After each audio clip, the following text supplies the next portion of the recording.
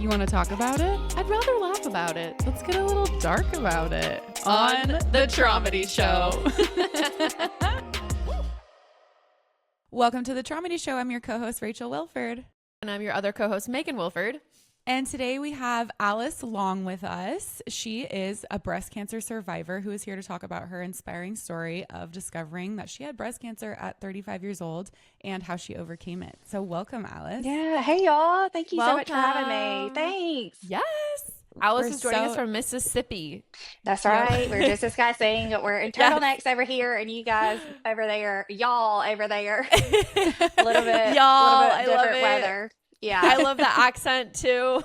Megan and I had to just get the lowdown on Mississippi from Alice because we're like, we don't really know anything about Mississippi. That's I right. have no context. Yeah. Other Hopefully than the going like crash course. Yeah. MISSISSIPPI. Exactly. Yeah. One Mhm. Mississippi, two Mississippi. Yeah. Y'all know just enough. That's perfect. You are kind of the cornerstone of like American idioms, honestly. Like No, we should, yeah. Literally. True. Yeah. We Well, should it know is more so about true. Mississippi. Yeah. Kind of that's a okay. wild word. I don't even know how it got named that, but it is spelled very interestingly. Yeah, that's true. It is. It is. Well, I'm so glad Yeah. to have some West Coast besties now. So Yeah. we're gonna have fun Yes. today. Yes, we are. We are super excited to have you here and talk about this topic because it's one that we haven't covered yet. Yeah. And it's, unfortunately very relatable, especially particular to breast cancer to women. And we have a lot of women who listen to our podcast. So we're excited to dive in to your story Yeah. and just honored to have you here. Yeah, thank you. Never saw this as part of my journey, but always say any opportunity that I can get to be in front of a large group of women, especially young women around our age, is just, really amazing for me to just, I'm so passionate now about sharing, breast cancer awareness, something that I really had never, we know October is Breast Cancer Awareness Month, but Mhm. I appreciate the opportunity to share this story and get it in front of more women. Yeah, of course. If you want to start really talking about kind of like what life looked like before your diagnosis, you have children, right? Yeah, I think do. Is Yes. it 3 or 4? I have 4. I went from 4? one Okay. child. I laugh. I say I went from one child to 4 children overnight. So we are a blended family. We call Okay. ourselves the modern day Brady Bunch. Yeah. But yeah, so I had a little bit of a story leading up Yeah. into present day and being a cancer survivor. Before that, I'm a mom, I'm a wife. Mhm. I was a single mom at a Mm. time, so my story has had lots of ups and downs along the way. Yeah. And really, I was thinking about the name of y'all show before Yeah. coming on, and I'm like, gosh, I sure have had my fair share of trauma in my life, and I never saw breast cancer coming. I'm like, we had Yeah. enough. We had plenty to last a Yeah. lifetime, Trauma but already. My trauma cup is full. It runneth Mhm. over. I don't That's need breast so cancer true. too. Thank you. I know, but we did it. We did that Yeah. thing. So yeah. Damn. How Yeah, long we'd were you love a to hear single more about mom? that. Yeah, just kind of like this, a little bit of the story beforehand. Yeah. So I grew up here in Mississippi, and I went Mhm. to college in at Ole Miss, the University of Mississippi. So Mhm. Mississippi has always been home.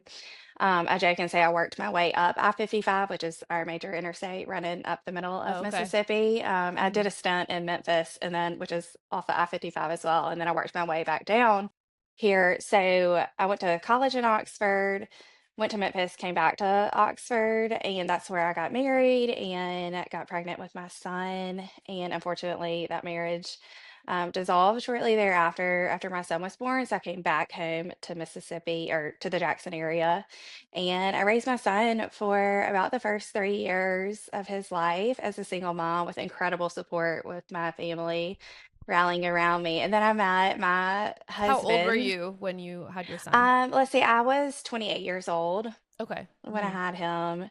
Mhm. So I was 32 when I met my husband, Benny, and Mhm. we dated. I had my son, he was 3 when Benny came into his life, and he had 2 Mm. young boys too. So Mhm. we got married, we blended our 3 boys, and it's, Aw. just been incredible. And then about a year after we got married, we had our baby girl. And so Oh. she is just a perfect little caboose to our gang. I always say I love being a boy mom, Yeah. but having my baby girl has just really been the icing on the Oh, cake. she's gonna have like three really sweet, protective older brothers. I can't Yeah, imagine being like having three older brothers as a woman myself. Like, that's so true. yeah. So I am one of four siblings too, but we had Okay. two each. My mom had two boys Hmm. and two girls, and we were like boy, girl, boy, girl. So it's a Same with really, Rachel. Yeah. Was really, it? Yeah. It We was boy both girl. are, we have four siblings like in our family, Yeah. but I'm the really, but oldest. yeah, Yeah. yeah, And Megan's Hmm. the third.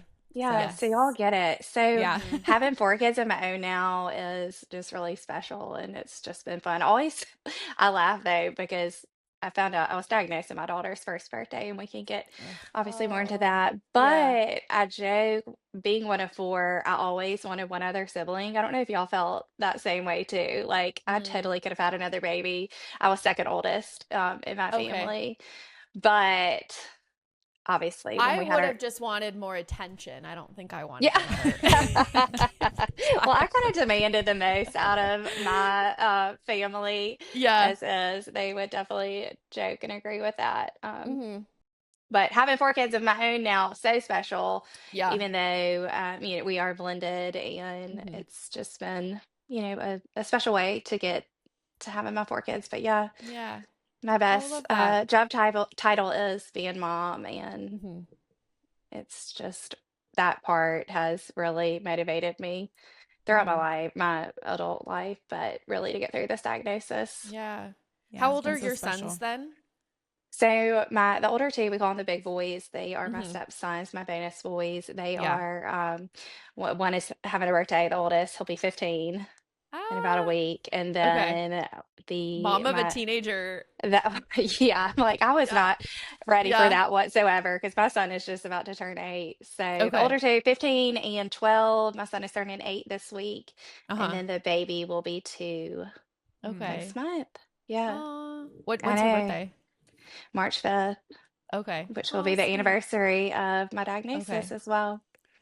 Yeah, Wow. Okay. So so has we've it got a been big. 1 year since your diagnosis? So it's funny today being February 1st, I've been reflecting because last February was the end of the month, so a few weeks away will be the 1 year anniversary of actually discovering Mm-hmm. my lump.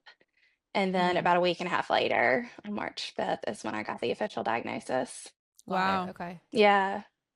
Okay. So walk us through just the discovery and like why you were even looking and if maybe like do you have breast cancer in your family at all Mhm. or just kind of like what that process, how that happened. Yeah.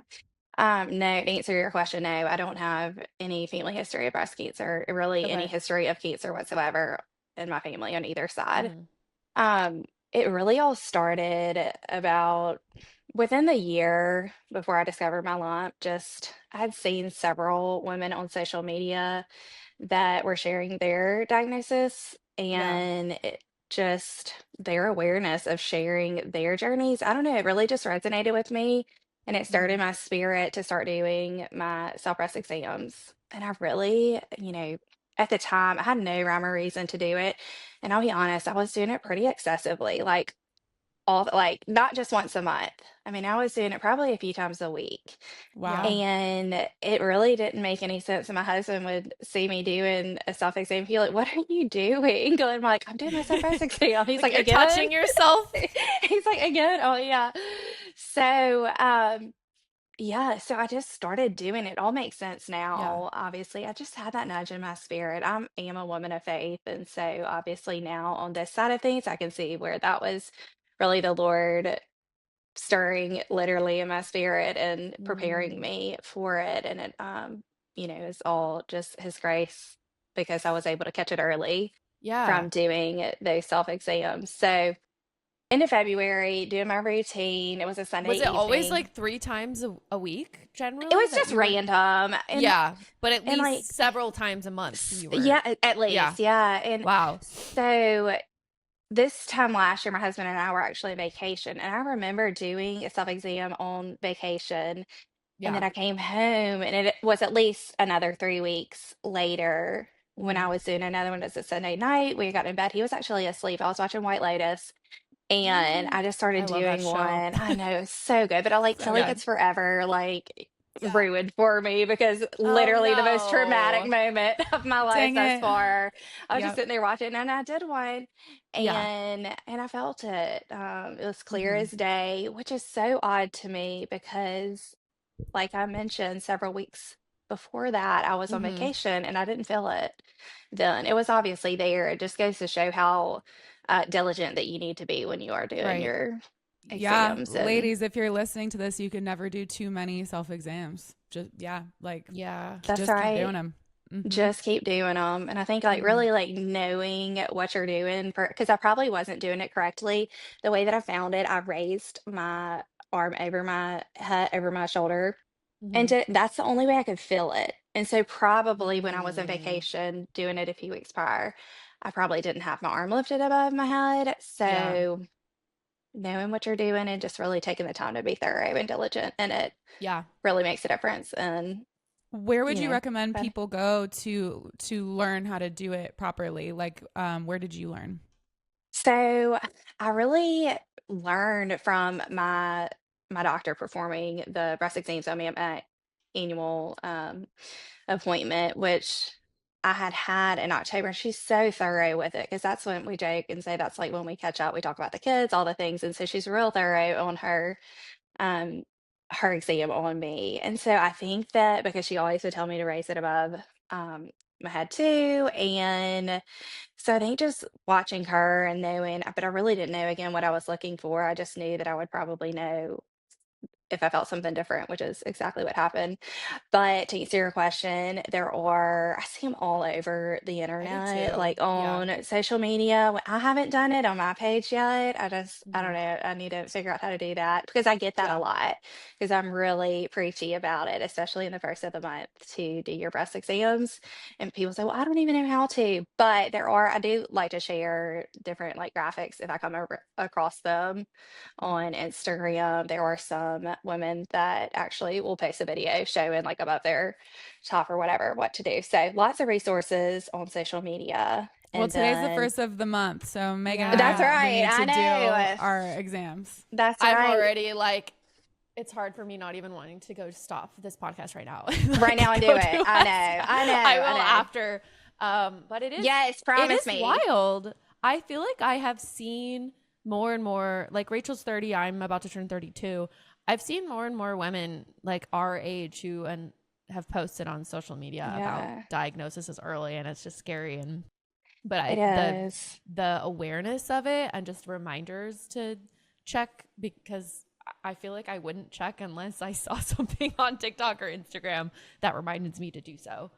Um, Yeah, so it is exactly. so helpful. I was wondering, since you had this feeling to check yourself so often already, did you ever have those like false alarm moments, or were you like, oh, that feels different or that feels weird, or was it really only the No, moment you actually felt it? I really hadn't. And I know a lot of women do say, oh, I felt something, or Yeah. is this like a fat spot, or is it some women that are either breastfeeding or have just gotten done breastfeeding can still have Mm-hmm. some areas. Mm-hmm. I did not experience that. And I was less than a year out postpartum too. Mm-hmm. So it's a wonder that I did it. But Mm-hmm. I I think that because I had just really gotten to know them, really gotten to know these girls, and I just knew the moment that I felt something that it wasn't supposed to be there, and I had not felt it before, and it just felt like something different. But I do know that sometimes it can be ambiguous, and some women are just unsure and Yeah. of what they're feeling. And I'm always like, just go get it checked, go see your doctor, get a breast exam from your doctor, whether that's your primary care physician or your OBGYN. Just if there's any area of concern, don't wait, just go get it checked. Yeah, absolutely. And I love what you said. Get to know your girls. Hashtag get to know Yeah, your girls. get to know Yeah. the girls. I know that. I think that's why my husband was like, he's like, "What are you doing? Literally, you're always touching yourself." And I'm like, "Yeah, these I gotta know them." Someone's got to do it. That's I gotta know them. right. I But know then he that might have been makes a you little like jealous. that much that much more clear when something is feeling off because you True, really are yeah. just like I so. And know. I think I've seen sometimes like over our cycle, there might be like a Yes. little, it feels it's actually fat or something that in a couple weeks it won't be there because that was just like some Yes. sort of period something. So Yeah. I think that's why they recommend like consistently the same time every month because Yeah. your That's hormones will be around the same that yes, time of you're the month spot as on with well. that. Yep. Yeah. So spot I've on. been seeing this a lot on social too I lately. So know. now I this is know. like, okay, Yeah. yeah, I need to get It with is it on so the true. exams. And I like, because I am sharing my story on social Hmm. media, I kind of like try to like toe the line of fear mongering and being Mm, just like educational and like sharing my story and awareness. But then again, I'm like, we actually should be really scared, Yeah, right? Like, because absolutely. this just fell into my lap. Had I not been proactive, it would have, you know, it absolutely would have spread. yeah, And because I was able to catch it early because of a self-breast exam, I was able to beat it within a year. I've been through a lot this past year, but I can say today I beat cancer. I beat it. And, that's important. Finding yeah, your lump from a self-breast exam doesn't take away what is in front of you with the journey. It doesn't take away the cancer because you find it, but finding it early really makes a difference in the outcome and the yeah, journey and treatment and all of that. It's all relative to, you know, doing that exam. And yeah, also not Absolutely. being eligible. I was 35 when I found my lump. I wasn't eligible. I'm still not at 36. It would have been another 5 years before my insurance did cover a mammogram. Mm, So that's why I preach to our age group doing the self-breast exams yeah. yeah, so often because absolutely. most of us aren't Um, eligible for a mammogram yet. not even thinking of it yet. Yeah. Yeah. I think I have to Yeah, start go getting ahead. mammograms at 35 because my mom is actually a stage 3 breast cancer survivor. Wow. So she And got so's our diagnosed. grandma too. Rachel and I are Yeah. cousins. I love Yes. that. Yeah. So Okay. on our dad's side, our grandma passed away from breast cancer. So I actually have breast Yeah. cancer on both sides of my family. So I think I have to start getting mammograms at Yeah. 35, which is, it's good and important. But Yeah. yeah, I think my mom found hers like I think it was almost 10 years ago now, Wow. and had to do Wow. chemo and radiation and do Mm. mastectomy because they originally thought it was stage 1, and then they got in there and realized they had missed a bunch and it was Yeah. stage 3. Wow. Wow. So it was super scary and stressful time. So yeah, this topic is super near and dear to my heart as well. So yeah, Yeah. thank you for Well, coming I on and love talking about that. it. Yeah. Well, hearing stories like your mom, really, I can't say like how much that still like being new as a survivor really grounds me and gives me so much Mm, hope because really this past year has all been about just the adrenaline of it and just putting my head down through treatment and just getting through it. And now on this side of things, it's like, okay, now I actually have to learn like I can continue to live now. And so hearing success stories 10 years out, that honestly just gives me so much hope. And it's mm. literally goals like your Yeah. mom. Yeah. I love that. Please tell her. Oh, I so I know, will. Thank you. actual goals. So, and I Oh, hope, one day somebody will say that about my story, but Yeah, I'm oh, it's sure. the they women that, already are. They well, already it's are. the women that Guarantee. paved the way ahead of me that Yeah. continue to help me feel brave in this new chapter as well. Yeah, So it's absolutely. incredible. So you found your lump, and walk us through the next steps that you took. Yeah, so I immediately paused White Lotus. Yeah, Oh my man, husband yeah. was asleep next to Which me. And is I don't already know. so hard to do. Like you want to binge that. I know, I know. And I was like watching in real time, like waiting for each Sunday episode to be Yeah. Yeah. released. So I was so upset. So I got Oh. up. I just remember I went to my bathroom. My husband was sound asleep, and I just, for whatever reason, I didn't wake him up. And I just went into the bathroom and I remember being on the bathroom floor and I just knew. In that moment, I felt it and I knew it wasn't supposed to be there. And I think I already knew without obviously knowing and having Mhm. like the facts of the diagnosis, but in that moment I knew, and it was a long night. I mean, I struggled. I was on the bathroom floor. It's kind of like, the picturesque fall apart bathroom floor, crying, praying. Just a Yeah. lot of fear came over me, and just thinking about my children and my baby, especially my baby girl who's not even yet one. And it was just a really, really hard night. The next morning, I did tell my husband. He came in, and I told him, he's like, you know what? This is going to be okay. Let's go get it checked out, and let's find out. He was really more of like the positive, we don't know until we know, and it's probably nothing. I think everybody Yeah. in in my family and friends that I told, they kind of took that take to it, and I just knew, and so it's really heavy for Hmm. me. But I'm thankful to have their positivity to at least help me get through those first couple days. So it was actually my husband's birthday that I went to go see my OBGYN. This was, I think, like 2 days later, the longest 2 days. She did an exam on me, and, she kept it positive too, because so many of these lumps end up being benign Right. and end up just being fibroadenoma or some other benign thing. And I'm so thankful that she didn't just write me off by the physical exam. And she sent No me kidding. right away across the street to our women's hospital that has the imaging center. Hmm. And I got my first mammogram and an ultrasound, and it came back suspicious. So I think a couple days, I think it was maybe like 2 days later, they recommended for me to come back for a biopsy. So I came back for the biopsy, and that was on a Friday. And our daughter's first birthday party was that Sunday. Yeah, it Oh was Sunday no. afternoon. So having to get through that, it was a good distraction. But then again, I was just kind of walking in this like total cloud Yeah. of just that impending doom, I guess, just that just Fear. despair. Yeah. But then wanting to celebrate her too, and having that. So it was all kind of a blur that weekend. But we had our party, we got through it. Ended up being a sweet celebration. And then on Wednesday was her actual birthday, March 5th.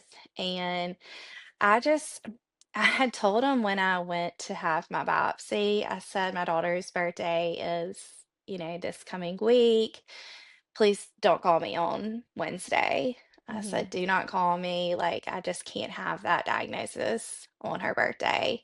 Well, Monday and Tuesday came and went, longest days ever. And then Wednesday, it was about 5 o'clock, and we had all the kids at the house. We were about to celebrate, and like do her birthday cake on that evening after dinner with everybody. And I get the phone call. I see it come across my phone from You're it kidding. was my OBGYN. And I thought I had like Mm. built up in my head that if they were going to call on Wednesday, it was with good news, because I was so Right. adamant not to. But honestly, when I saw it come across the phone, I wasn't thinking it was good news, and I could Your tell. intuition is really Yeah, strong. look, It I'm really telling you, is. y'all know, like when you go through so much, and we've gone through all this trauma, like there's something in us that when you've Yeah. been through it, you can pick up on things. Yep. And so I could just tell in her voice when when I picked up the phone, it Hmm. wasn't with good news. And so she didn't even have to say it.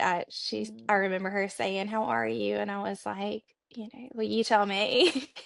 You tell me Yep. how I am. Do you have good news Hmm. or bad news? Um and she just there was a big pause, and I just Hmm. knew. And I think I was in shock at that point, and I didn't it wasn't like the nights prior, when I was on the bathroom floor. I think I was just in such a daze and shock. And so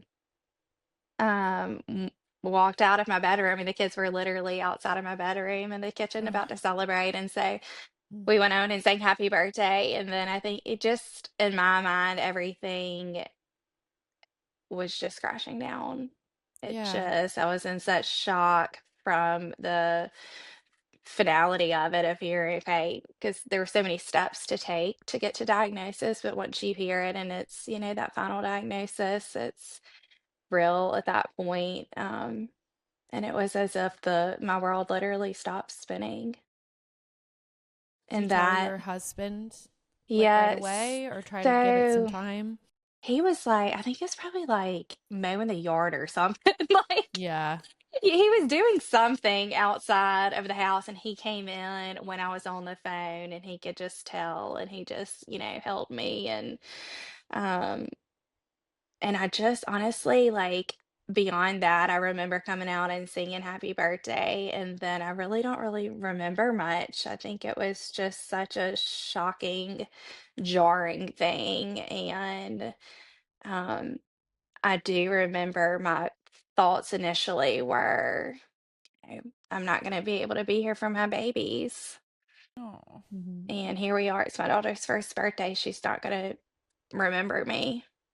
oh And my me really gosh. thinking, I was like, okay, my son, he's 7. Like maybe he'll have some memories. Oh, And like that was like such a real thing. And that sounds so hard to say now because I didn't know much about breast cancer then. yeah. And I don't know had I even been really educated on it and known what my options were and that it wasn't a death sentence at Right. diagnosis like I really thought that I was receiving, then I don't know if that would have softened the blow. It's such a difficult thing to hear no matter Yeah. what. Yep. But Yeah. as the days started passing after that phone call, I started Hmm. learning way more about breast cancer in general. I mean, I literally knew nothing. I didn't know that Right. there's different types. Of course, the different stages you hear about that, but I didn't know what each one meant. I didn't know even at stage 4 that you can go on and live with your disease for many years to come. And that's not even a death sentence either. And so as more information, as I was able to like dive into that, Hmm. it it started clicking with me like, okay, maybe I am going to be okay. And then I had my Yeah. first doctor's appointment about a week later, and that's What a where, terrible week. I feel like oh I my can God, imagine those you're like, two can I come weeks. Yeah, tomorrow?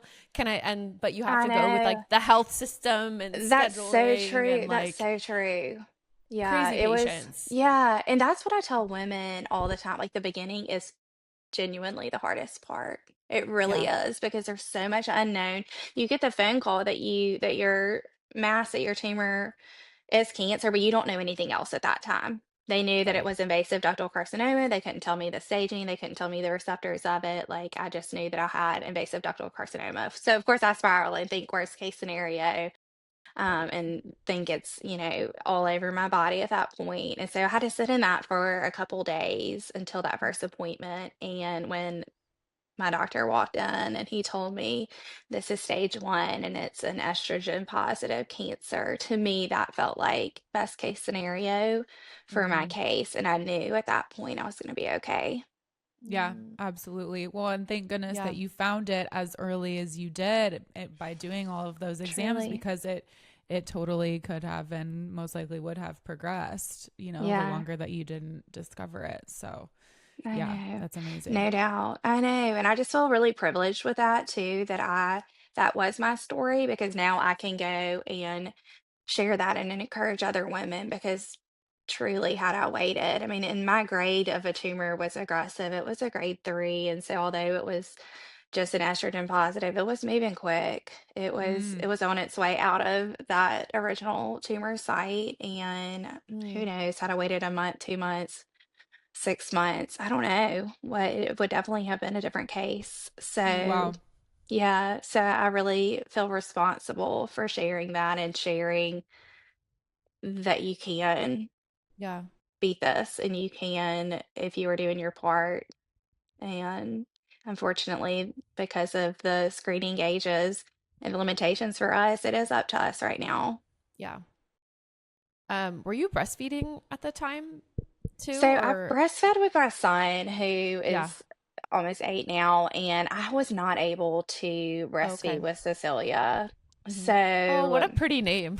yeah, uh, yeah, yeah. Cecilia. I guess I didn't say that that was her name. Hmm, We call her Cece, is cute. So her little cute. nickname. It's so much, it fits her. Hmm. Yeah. So, Okay. I was so just I curious. breastfed one Yeah. baby for about 8 months, and then Hmm. I didn't breastfeed Cecilia, and Okay. um, my doctor said it Yeah. probably wouldn't have made a difference because he Yeah. actually said I had probably had it like right around the time that I gave birth to her. He was like, "You've probably had this for Mm. about 8 or 9 months." Oh, Interesting. interesting. Yeah, Jinx. yeah. Because I'm not sure. I asked if there was a correlation with the postpartum because thinking because it's a hormone Yeah. positive cancer, but there were no indications that that was the Okay. cause. What were Yeah. the kind of like next steps they gave you then after Yeah. that? So I was really fortunate to go ahead with surgery and yeah, so and actually didn't know that I would need chemotherapy in the beginning. And I was really hoping that I wouldn't have to do chemotherapy My mom was the now. same way. Yeah, yeah, you Hmm. just kind of it's you kind of wait and see, hurry up and wait, get through surgery, see what your pathology is. And now they can run these reports that'll tell you if you will benefit from chemotherapy or not. And I remember that being a big blow to me, finding out I needed a chemo. And now here on the other side, about a year out, I'm so grateful. Even though, this hairdo is Oh, you're probably, rocking it. well, thank you. But I mean, it's that being the main thing that you think of with chemotherapy. And there are a lot of Yeah. options now too. But, um, let me back up though. So I had that first appointment and I learned that it was stage one estrogen receptive, and we got our plan to go ahead with surgery. And I had options to do a lumpectomy, a single mastectomy, or a bilateral mastectomy. All three great options and great outcomes. My personality though is take it all, take it now. So I moved forward with a double mastectomy, and we also did not do a nipple sparing, which was another option to try to spare my nipples and reattach them. But I just Like, said, wait, what is that? To yeah, yeah, that's the thing. surgery So, like through your nipples? so the way my incisions happened, it went completely across the Yeah. center of my breast, and Uh-huh. there are nipple sparing options where Nipple through the sparing. sparing, yes. Yes, Oh, so you okay. can spare the nipple. Now, most of them don't have sensation. I think that there might be. I'm so not medical, but Yeah. there might be some with sensation to some degree, Hmm. but I think some women just opt for some sense of normalcy after going through Yeah. so much to still have your nipples, but I did not go with that Yeah. option. So we did that pretty quickly. I was diagnosed on March 5th, April 2nd. I had my bilateral Wow. mastectomy. Yeah. And so for me, that was such I don't know, like a relief because the cancer was out of me at that point. Right. And we got clear pathology that came back. So my margins were clear. The cancer had not spread to any lymph nodes in the area, which was Yeah. incredible. But then the blow comes at the time when I hear, well, you still have to go do this really aggressive form of chemotherapy. So I did 16 rounds, Mm. 4 rounds Why did they of. still want you to do chemotherapy even though the So cancer wasn't there? yeah, so which was very confusing to me in the beginning because, well, I'm like, I'm technically cancer free now, right? There's no cancer in me, and why do we have to go through another, level of this? So they ran a report. There's two different types, the oncotype and the mammoprint, and these are very similar genomic testings. So they test the tumor, the biology of the tumor, and mine came back high risk for recurrence, which is really Okay. scary. So it's able to run numbers based off of your tumor and say you would have this benefit from chemotherapy or no benefit from chemotherapy, and mine was high risk, so my benefit Mm. was it was a total benefit from chemotherapy. And then it was like, okay, well, which one do I need? Do I need 4 rounds of it? Do I need the 16? Of course, I was like, well, I could do 4 rounds. We can absolutely do that. And then it came back that I needed the 16 rounds. And that was Wow. a tough pill to swallow. It really was. And thinking, 6 months of treatment. Like I have a 1 year old who's barely walking. My boys are Yeah. so busy, so many activities. And I think in my head, I thought like life was just about to stop. Like that while I was in treatment, that's all that I was going to be able to do. And I learned really quickly once I started that that wasn't the case. And my life was really able to stay pretty on schedule. And I shared that Okay. journey because I wanted to show women like it doesn't, your life doesn't stop because you're in cancer treatment. And of course, Yeah. you're going to have your days where you feel terrible or can't get out of bed. And I had those too. But for the most part, I was so surprised how manageable treatment was and being a Hmm. busy mom and showing that on my social media, I hope encourages other women to see that we can do it. And, it really wasn't that big of a stretch. Of course, there were times where it took everything in me to show up for my kids. But at the end of the day, the good days really outweighed the hard and bad days.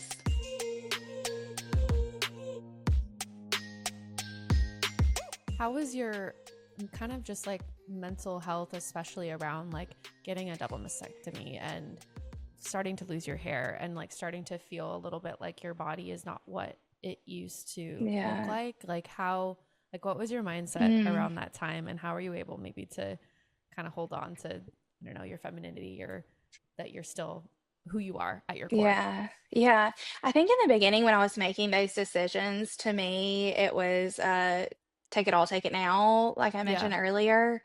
And to me, saying, okay, taking my breasts was taking the cancer. And so I was really able to reconcile with that like pretty easily. And my husband was so supportive and so incredible, helping me make the decision too. And just, he is just incredible in the way that he makes me feel beautiful no matter what. And so that really helped take the pressure off of that part. And so when I was in it and making those decisions, and even after having the surgery, it just, I think I was in such like fight or flight, and I was like, it was just fight, do Yeah. this, get the cancer out, and don't even think about it. I think I just had blinders on, and I didn't really think about like emotionally how this was, really going to affect me until Hmm. a later date. And the same with chemo. I'll say the bilateral mastectomy, the double mastectomy was a little bit easier just to kind of get through. I think because it was the facts of getting the cancer out of me, and like Yeah. I would do anything for that to be the case. Um, Now losing my hair, that broke me really, really Hmm. hard in the moment. It really did. I think so much of our identity as women is in our hair, and like We our talk hair about is that with a us our lot. whole lives, and Yeah, we have our whole hair care routine. Like it's such a big part of our day, our ident like the whole yeah, thing. So I can totally understand why that would be way tougher. yeah. It's so true. I think with my breasts, like I could put on a big sweater, I could put on like you can conceal that. And Yeah. even with it, they did a temporary reconstruction with tissue expander. So it really, I never really looked like that I had no breast. And I know Right. some women do their surgery and go flat, and that's their decision. But for me, I went with reconstruction with that temporary, and I just had my permanent reconstruction. But the hair part, that hit me and broke me in the moment. I've shared, I I joke. think that's the first video I saw of Yeah, yours was it's really sweet, right? Like your mom was there holding mhm, your hand and your dad was there. I'm yeah. assuming those were your parents. Yes, my Yeah. parents and my husband shaved it. Oh, okay. Hmm. Yeah, so it's funny. So I didn't decide to share my journey on social media in the beginning. I actually had gone Mm, through my surgery and recovery, and I hadn't even shared it on my platform because my platform has been before now. It's been about my love of gift giving, and so it was a place where you could come, and I was sharing gift ideas, like gift inspo, wrapping inspo, and so it's just this really happy, joyful place. And I thought in my mind I was going to be able to like continue that without sharing this big, huge life thing that I had going on. And so I right. actually didn't share in the beginning while I was recovering from surgery. And it was the day before I started chemo, I decided, you know what, I'm gonna share this and share the journey, because there were so many women like that night that I was on my bathroom floor after I found my lump. I got on social media and was just trying to grab onto any hope from any other young woman, young moms especially, that have gotten through this. And that brought me so much hope and comfort in my darkest days. And I was like, you know what, I'm just gonna pay it forward for those women that did it for me and for the women that are coming after me. And so Mm. right before I started chemo, I shared what I had been going through. And it's funny, had been praying about it, if I was going to share or not. And I'm like, God, please do not make me put my bald head on the internet. Lord, please do not make me cry on the internet. And I'm like, my two biggest videos, I'm crying and I'm bald. Yeah. It's Well, awful. it's the ones where you were most vulnerable, and that's very Yeah. relatable, you know. So Yeah, I I'm not know. surprised. But what you see in that video, I can't even watch it back because Yeah. Oh, it floods me with those emotions. yeah. But it was heartbreaking. It was really, Mhm. really hard losing my hair.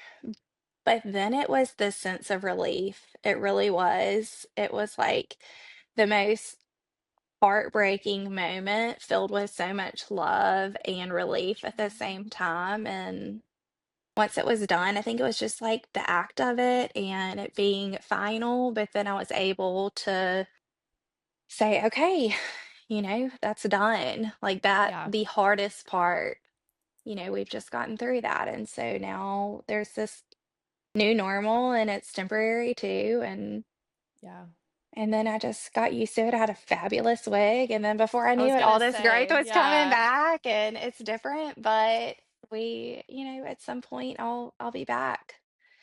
Did you So wear a wig most of the time, or did you I do like beanies and did. hats, or was it mostly a wig? Mm-hmm. No, I had a really, really good wig, a couple of them Mm-hmm. actually, and I was most comfortable wearing them. I wore them Yeah. to every chemo. For me and my personality, getting up, looking good makes me feel good, like putting some makeup on, having my wig on, putting a cute outfit. I wore cute outfits to all of my chemos. It Aw. kind of became a thing because my sweet infusion clinic, all the nurses there, they would just hoot and holler when I would walk in. They were like, Oh, "What's she gonna wear next?" So that's by the end of it, adorable. I That's literally wore cute. a feathered dress, pink dress, high I love heels, it. and we just made it a thing. And that for me was just it. It made it fun because those last Yeah. 12 rounds of chemo, it was weekly for 12 Okay. weeks. Like I just kind of needed something to make it fun and something to look forward to in a sense of getting that reaction from my incredible chemo team. I love that. That just made me so emotional that you were wearing all of these amazing outfits to your chemo appointments. Like, I Yeah. just think that's so awesome. I commend you for that. That's awesome. Well, I commend the women that do go without their wig and throw a beanie on or go with their bald head. I love it. I just never, not that I wasn't confident in it. I don't know, my wig made me feel more like Yeah. me, You and were being true to That's what you yourself. gotta that's do. right. Yeah. Yeah. Yeah. Yeah. Yeah. So, and really like doing this hair and like letting my natural growth come in and doing the Mm-hmm. headbands and trying out new little hairstyles. Like, this is reshaping a Yeah. part of me and letting go of the wigs and letting this kind of be like the first time I'm really letting like my cancer, new me show, Yeah. and being confident in that is a new thing. I'm learning how to re-love parts of me. You asked earlier about losing my breast and my hair and how I, Yeah. dealt with that emotionally. And I think now is when I'm really dealing with all of those emotions. And Yeah. Mm. this has probably been the hardest part of it. And I had seen other women say that. And Okay. it was kind of not that it was hard to believe, I just couldn't understand it at the time when I was in active treatment. I'm like, this is pretty dang hard, like getting this chemo, all the side effects, losing my hair, like this is really, really hard. But then I've arrived here in Mm-hmm. survivorship and especially these first few months, and it's pretty tough. because you're getting out of that fight or flight, you're slowing Yeah. down, the appointments slow down, the doors, shut, you get out of that chemo bubble is what I call it, and you're kind of Yeah. learning how to live again. And it's been tough. It's been challenging. And I Hmm. look back on some of my videos that I posted when I was like doing day in a life or going to chemo or doing, I'm like, "God, who is that? That girl is like on fire for life, so joyful, Mm. and which comes natural to me. I'm like typically really high energy, and some people might have thought that that was really obnoxious as I was going through chemo. Like that was truly me. But now that I'm kind of on this other side, I'm like, man, I'm tired. I'm like having more, grumpy days than Mm. these really, big, bright, joyful days. But I think that that truly is just part of the process, Hmm. and until you get here, it's kind of hard to understand how this whole world as a survivor can be really hard, and processing all the emotions that you literally don't have time to really Yeah. deal with along the way because you're literally fighting for your life. That makes a lot of Yeah, sense because all you perfect can think Yeah. sense. about is I need to do what I can to get through, and this is the fight, and this is you have Yeah. like such a clear mission, Yeah. and then to kind of when things calm and settle and life goes Yeah. back to normal, whatever Yeah. normal A new is, it's normal. Yeah. yeah, being like, wait, that still happened, and that's still a Yeah. part of who I am.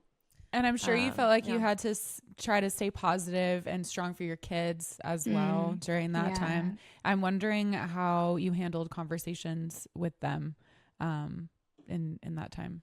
Yeah. So it took us a while to arrive to the place where we felt comfortable telling the kids in the beginning of my diagnosis because we just didn't have all the information. We didn't know what it was going to look like. We didn't really know anything. And so thankfully for us, it worked for my husband and I to really just process our emotions in the beginning together and like privately, and did our best, to conceal that from the kids. And just if I needed to go in the closet and have a little breakdown, I would. And so I'm really proud of us how we were able to do that together as a team. And I really think it strengthened our relationship. And of course, my family is here too. And so having them to they really rallied around me and did things during that time to help the kids and get the kids out if I needed a moment.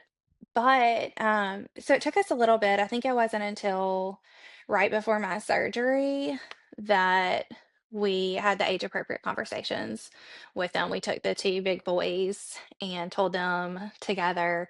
I had a private conversation with my son, and then obviously we didn't have to tell the baby because she had no idea.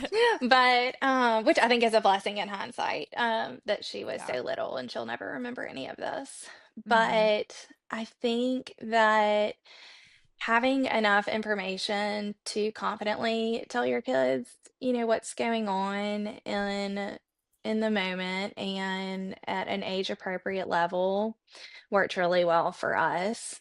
Unfortunately, we had like positive ways to tell them because we yeah, knew that we were going to get this tumor out and that I was going to be okay. We didn't know at the time if I was going to have chemo, but told them what they could expect if that was what we needed to do next. And so it was really difficult, and it was something that there's really no rule book or a manual to tell you how to tell your young children yeah. That that makes you've been sense. diagnosed with cancer. It was really something. I think it was harder, the anticipation of it, to Yeah, tell them. And I feel like that's where just the Lord really protected everybody's hearts when we had that conversation. And it wasn't easy, but kids are so resilient. They've done so much better than I could have ever even imagined, truly. But I was going to say, you mentioned having to dig a little deeper to while I was in treatment and yeah, recovery for my kids. And that's so true. But I also think that I just like this like strength, this joy that's not my own. There were so many people praying for me and still to this day, but it just genuinely carried me through. And I was able to have that energy and a routine with my kids. It really wasn't altered like I thought it was. I thought I was going to be in bed for the 6 months that I was in chemo. And I think that that's kind of like the TV version, right? Like that's yeah, what you yep, would expect. I mean, and I was so shocked that life really didn't look that different. I looked different because I was Yeah. bald for a couple months, but our routine, and it was over, the bulk of my treatment was over summer. Mm-hmm. And I was still able to get up, get out, and do. No, we weren't going on our vacations and all of that. I couldn't really be in the sun a ton. Like normally we're at the pool every single day, Mm-hmm. but there were adjustments. But for the most part, that energy, it was still there beyond my first 4 rounds of chemo were really tough. It's But really amazing. yeah, Yeah. I'm so I wonder if thankful. any of that has to do with your age or your health already, or Yeah. I have no idea. I'm I don't not. know. I Yeah. maintained like exercising throughout treatment too. Yeah. I don't know if that a lot of my friends that are in treatment right now that I've made online Mm-hmm. continue to exercise and have really good outcomes as well. So Mm-hmm. I do think that there's something to that. Of course, listening to Combination. your Yeah. body, but I mean, it was Mm-hmm. light moving. I ran when I felt like I could. And if it was a walk to the bathroom some Mm-hmm. days, I'm like, that's a win. But yeah. Yeah. I'm so thankful that I was able to continue movement throughout. It's Yeah. harder now, I'm finding, to stay as active as I was. And I don't know what, Yeah. if there's something to that too. I'm like, why is it? I'm just now getting over recovering from my final surgeries, but Mm-hmm. I'm like, man, where was that energy that I had while I was in treatment? Because I'm kind of Mm-hmm. having to dig deep now to Mm. find it. Well, you're not facing this kind of like, I can imagine your mindset might have been, I need to be as healthy as I can or do whatever I can to Yeah. kind of get through this. So, yeah, Yeah. it's just like you said, the kind of like aftermath of, okay, what's my Yeah. motivation now? Yeah. Definitely Because to you're keep not fighting. Yeah. Yeah, I think the whole like recurrence is just a really heavy thing that's I know will pass. Right now, it just feels like it's still the elephant in my chest. And women say, like, I'm sure your mom, Rachel, could say, it does. The further out that you get, it does Mm-hmm. lighten. Um, but yeah, I think that there was so much adrenaline there in active treatment to just get through it. And I was on a lot of steroids too.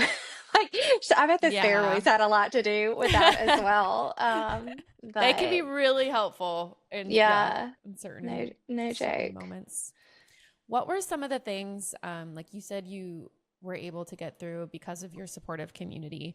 And so I was Mm, just kind of curious of like, what were some ways people like thought they were being helpful, but they really weren't? Or what was like the way that people showed up was the most helpful for you? Like when someone in your life has a cancer diagnosis, what would be mhm. your advice in supporting them in the best way? Yeah.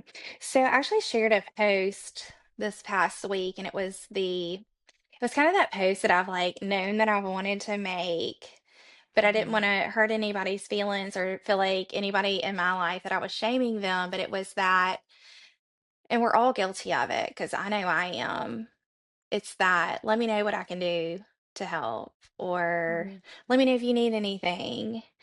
And what I learned, and I'm like the first to admit, I have said that more times than not. But when people said that to me, I know it was coming from a good place and their heart was so big in it. But my personality, especially, is I would rather go dig a hole and bury myself than tell you that I needed anything.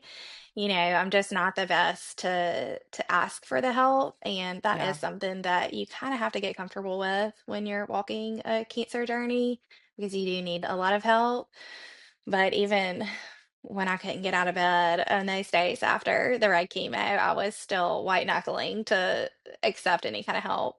Um, but just learn it, just that, like how you communicate. And I know it comes from a good place, but it actually put a burden on me to like decide what I needed and then just to actually tell you what you could do for me. I just broke out into hives. So Mm-hmm. that has been such a learning opportunity for me throughout the journey is how can I love and serve others better and care for others who need me, whether it's a diagnosis for them or they're grieving or just having a hard time, hard season, or, I've been through divorce and being a single mom.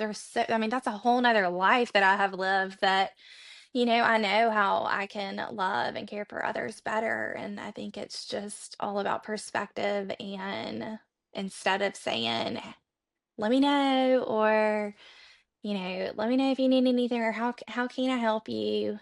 offering things like concrete things and options is so much better and more beneficial and just truly a help. Yeah. That's a really I good saw point that and really good post. Yeah. advice. Yeah. Yeah, because That, saying "let me know," like it does totally put the onus on you to like ask yeah. Let for them the help, and know. sometimes that's a Yeah. really hard thing, Yeah. or like Yeah. you're overwhelmed and don't know, or you think you're being a burden by asking for the help. So that's Yeah. that's a really good point that I don't think, That's because yeah, you right. totally feel like you're being helpful by being like, I'm totally open, let me know what you need, but Yeah. maybe that Yeah. actually Giving isn't the most options, or helpful. like actual saying like, here's what, can I do this for you, this, or this, and giving Yeah. options. Yeah. And we had so much of that. I mean, we lacked for nothing throughout this whole journey. And there were just a few things that I learned along the way like that. And also learned that saying nothing says so much more than saying the wrong thing. There's really, Mm. I mean, I've never been through anything like this. I've never experienced it with a family member. We really haven't even had that much, I haven't lost that many family members as well. So like this is just such new territory for all of us. I didn't know what I needed anybody to say to me, right? And so, Yeah. but it's the people that said nothing at all that, and I know it's because they didn't know what to say. And unfortunately, that speaks louder Yeah. than feeling like you put your foot in your mouth. Mm. So, and then the people that come out of the woodworks that I hadn't heard from since, junior high, I mean, those just mean so much. And so, I guess I would just say, like, you're never too far removed from somebody who's going through it to say anything to really make an impact on them. And when they're going through a really hard time, it just, words matter Hmm. and silence speaks really loud. Mm. That's a really like impactful thing. Like thinking like messing up and maybe not saying quite the right thing is worse than Yeah. saying nothing. And even if you're Yeah. like, I'm not exactly, I know we haven't talked in years. I'm not Yeah. exactly sure what the right thing is to say, but like I'm saying a prayer for you and Yeah. sending you the best like that, Yeah. That, knowing that that meant something to you rather than just like not saying anything at all or like yeah. liking a post and then nothing else. Like I can imagine, yeah, that would be Yeah. strange. Yeah. Going back to kind of just your initial diagnosis, how did you find community? And did you feel, I know you had mentioned before, like no one in my family had really experienced anything like this before. And this was like new territory. Like, is that isolating at all? Or like, what was your mindset at that point? So, yeah, so immediately it was the most isolating thing I've probably ever had to go through. And I'll put that up to being married and divorced and a single mom within just a year or so. And that was extremely isolating in itself. But having a cancer diagnosis at 35 years old, when you are feeling like you are at your peak, having a baby and having three other, older kids, and just felt like I was at the peak of my motherhood and just felt my best. And then you get this crushing diagnosis, and I have never felt more alone in my life.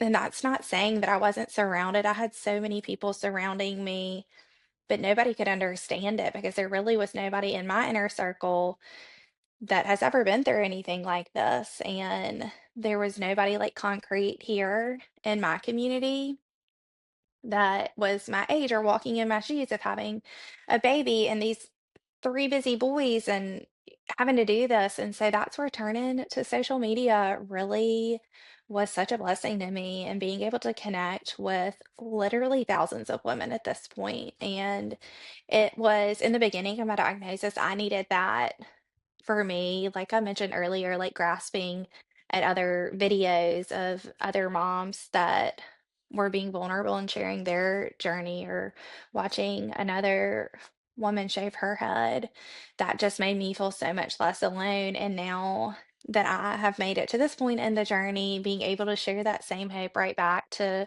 another woman who's having her worst day and feeling so isolated as well, has just put so much purpose into my fight and into the journey. That's Do you amazing. get You still created your like, own. oh, go ahead. Oh, sorry. I was just going to say you created your own little like internet support Yeah. group, Yeah, kind of. so Yeah. unintentionally too. I really didn't know where it would lead. And I think in the beginning of my diagnosis, my husband and I both said that there was going to be so much purpose in this and that our pain was not going to be wasted. And it is so evident now that putting my bald head, putting my tears on the internet, that it genuinely was for such greater purpose and so much bigger than myself too. Nothing, obviously, I promise you I wouldn't be posting one more ugly cry online, but it it meets women when Yeah. they're in that and in that moment. And I know that because of the brave women that shared their stories that met me. And so um it's funny, I've since posting last May, right before chemo. I mean, it's just my community has grown by thousands and thousands. And part of what I do now in a day is I talk to women in my DMs, and I talk to dozens of new women every single week that are being diagnosed. And it's equal parts like heartbreaking, right? Like meeting a woman in the depths of her despair, being diagnosed, but also being able to have the perspective of like, I've been there genuinely, and I know how, what you are feeling and what you're doing, and being able to offer encouragement and to show, that you can make it to the Does other it make side it of so this. powerful that way, really? Yeah. I was gonna ask her, and what you kind of answered, like, do you get a lot of message requests and like DMs? I would imagine still. Like, did any Yeah. of that surprise you? Of like, wow, there's a lot of people reaching out with a similar story as Yeah. me.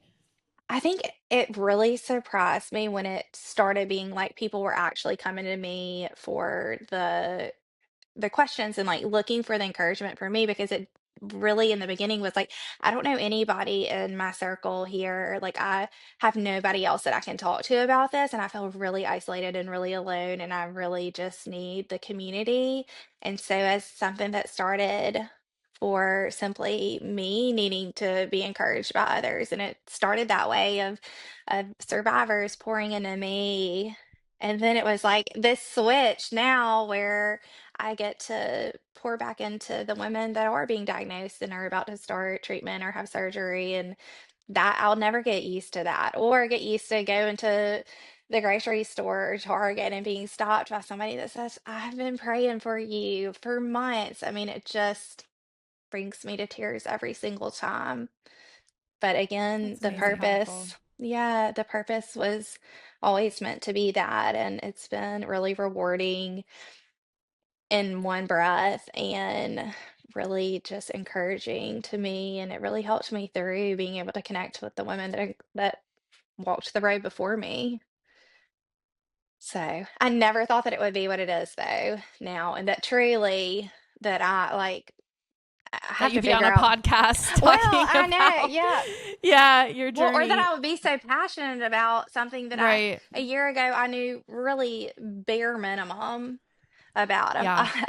I joke and say that I knew nothing about breast cancer until I knew everything about it. And it's so true. I mean, I was drinking out of a fire hydrant in the Yeah. beginning, and I have such perspective on it now. And I know, again, like I don't want to scare anybody, but again, we should be scared because one in eight women will be diagnosed with this, and that's a really jarring That's a statistic. stat I did And not know. Yeah. yeah, and it's just, especially, and it doesn't matter if you have family history or Yeah. not. It really Right. doesn't. It doesn't Mm. care about your family history. It doesn't care about your age. It doesn't care that you exercise 7 days a week and eat completely clean diet. It's going to continue happening. And the more women that I can reach by sharing my story on podcasts like yours and on social Mm. media means that hopefully that's one less woman that's going to go on to have advanced disease at diagnosis, because the facts are Absolutely. facts. and they're going to be Yeah. more will be diagnosed.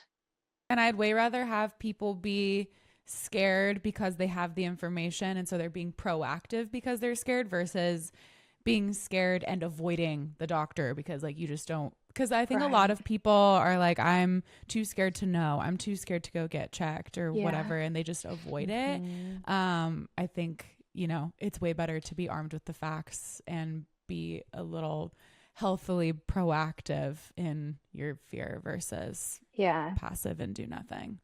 That's right. And it's just it's just hard facts. It's so factual that one and eight like it just opened up since posting my diagnosis and opening up on social media and all the DMs that I get, at least once a week, I'm being connected through somebody like in my network of my circle. Like somebody is that is being diagnosed in a week is connected to me somehow, like through somebody else. It's just getting Mm-hmm. so much more common and so much closer to home. It seems Yeah. like every single week. And I've even had people that have followed me from the beginning in my gifting days that are being diagnosed that had no ties Wow. to my, they didn't find me because of, similar journey that they were beginning. Because some women will find my videos and join in, Yeah. but it's the OGs that have been following me from the beginning that are being diagnosed with me, and that's the just heartbreaking truth of this disease. Yeah. But it's nice that they're able to then reach out to you or like know where to go for community That's already right. if they've been Yeah. following you from the beginning and they're like, oh, I saw Alice go through this and she shared and she got through it, and like I, it's really pretty Yeah. powerful to have that. Yeah. Well, I Yeah. just needed it so much when I was Yeah. first diagnosed and going through it, and really just it's such a shocking diagnosis, and being able to see any type of in kind of real time on social media, seeing somebody else share their journey, there's a Mm-hmm. level of comfort that comes with that. And it's really been a privilege of mine to share that with other women, and I'll continue to do so. And this whole world of survivorship and being a cancer survivor in any type, whether it's breast or not, this is a tough road.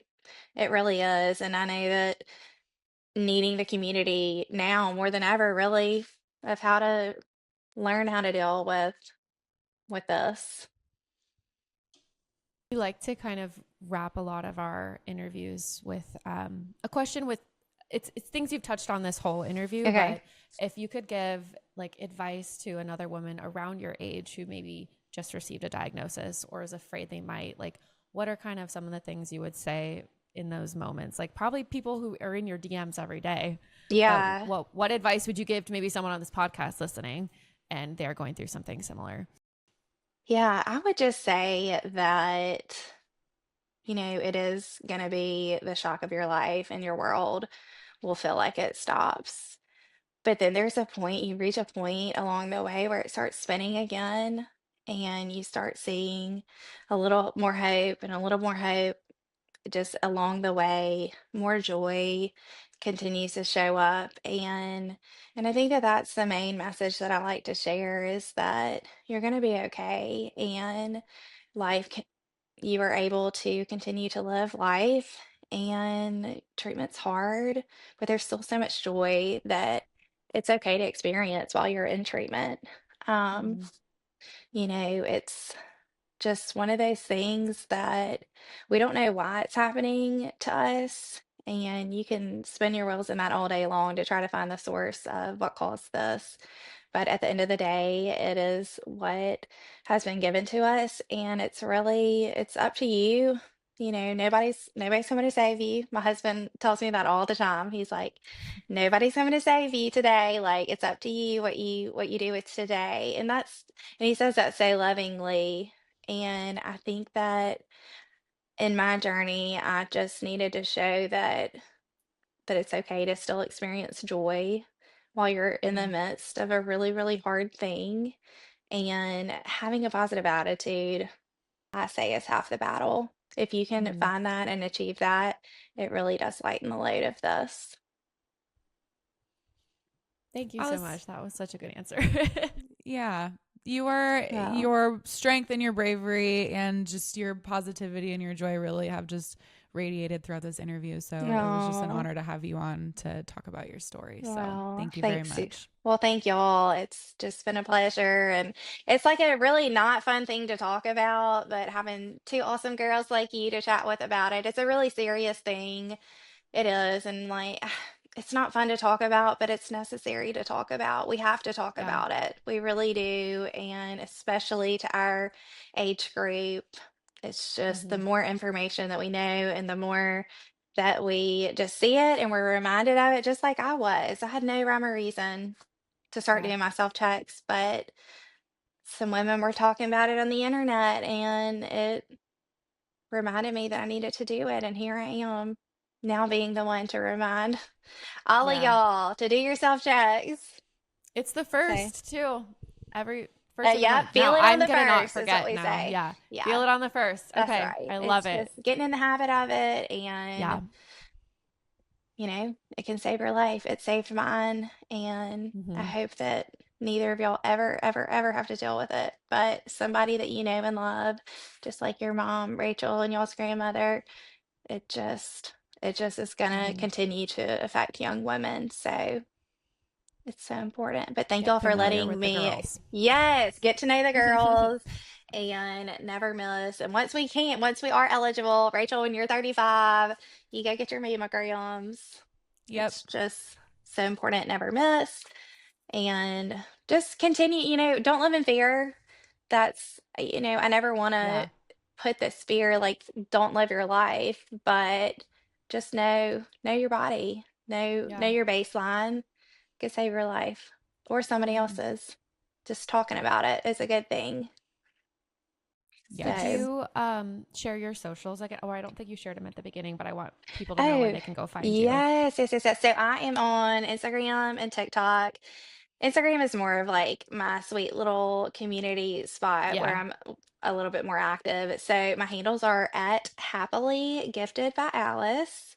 Eventually, I'm going to get back to the gifting platform, maybe slowly start introducing, but um, lately it's been Mm-hmm. heavy on the breast cancer journey and now awareness and survivorship. But I would love to have anybody join me over there. I'd like to think that we have fun and we you know, do more life things. I do share some fashion. I do still share a lot of gift ideas and stories and whatnot, but I saw you share um the pink aloe set so today. I cute. was like, Yes. oh I'm my gosh, like, literally my I instructor was wearing know. it two It's days ago. so I was like, I good. need it. Yeah. I know. I know. I'm like, honey, Valentine, Mm-hmm. just slip Yes. this over into your cart. So it's so cute. Yeah. So I Exactly. still love sharing. I share a lot of stuff Mm-hmm. in stories in a Mm-hmm. given day, but mainly it has been talking about this journey for the past couple of almost a year. I can't believe it's Yeah. coming up on a Wow. year. Yeah, What a year.